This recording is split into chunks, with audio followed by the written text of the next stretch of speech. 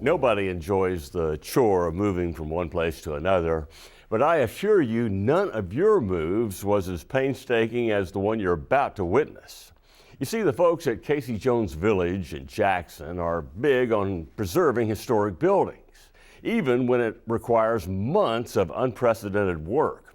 Well, Ken Wilshire discovered how much work on a recent visit.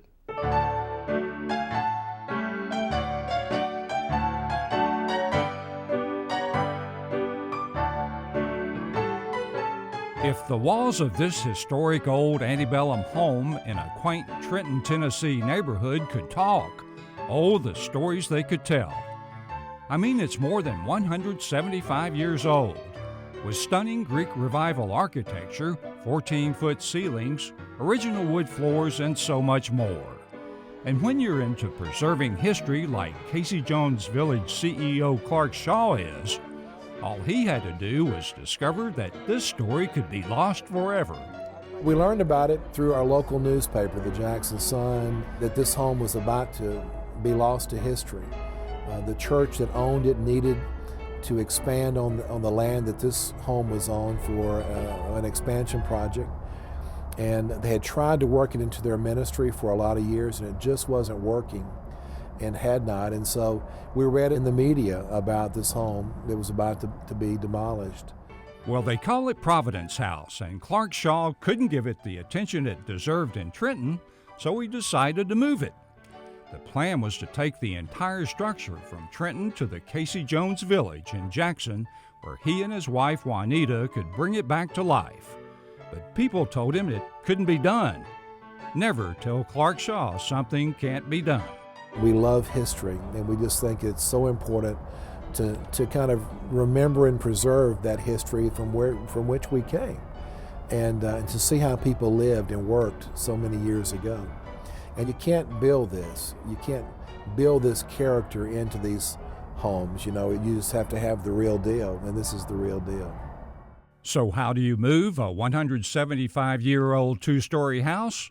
Well, Clark contacted moving coordinator Joe Mitchell, who even had his doubts. He had the vision. In my back of my mind, I said, nah, no way to move this house. But with his vision, we got everybody together. The movers, the demolition guy, everything just worked out great.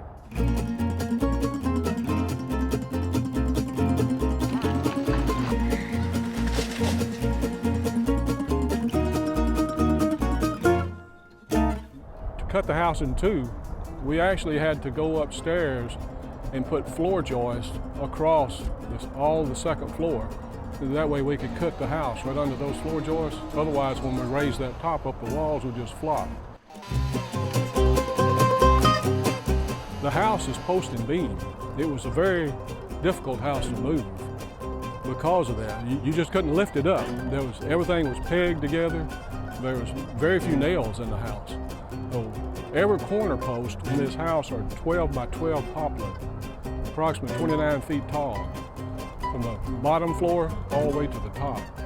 There's 8 of those, so we had to go around and slice all of those in two in order to lift the house up, the second floor up. And to top it all off, nobody in the crew has ever done this before. So it was an experience, yeah. Then it was time to open its doors and welcome its first visitors. And since the roof of the house provided a viewing deck for spectators during the 1862 Civil War Battle of Trenton, Tennessee, it was fitting that General U.S. Grant, played by Dr. E.C. Fields, be part of the ceremony. This house is what is called a witness house. People sat on this roof and watched Bedford Forrest personally commanding troops against my troops in the Trenton area. This is special and precious to Jackson, to Tennessee, and to our American history in general. This is a jewel. But proudest of all is the Scrape family. Michael Scrape is the great-great-great-grandson of James D. Scrape, who built the house in 1837. You can't express the appreciation to the Shaw family, what they did. I am like Clark. I believe it was Providence for them to do this. I believe that they were an answer to my prayers. It just fascinates me every time I come over here. Providence House is another historic addition to the Casey Jones Village, where Clark's father's dreams of preserving history became real. It's been such a joy to be a part of helping save this piece of history. My father, Brooks Shaw, was in the business of saving history when he started our old country store 47 years ago. The thousands of Southern country store antiques he collected. Later, our involvement with the historic Casey Jones Home and Railroad Museum, literally helping save that because it was about to be closed in the mid-70s.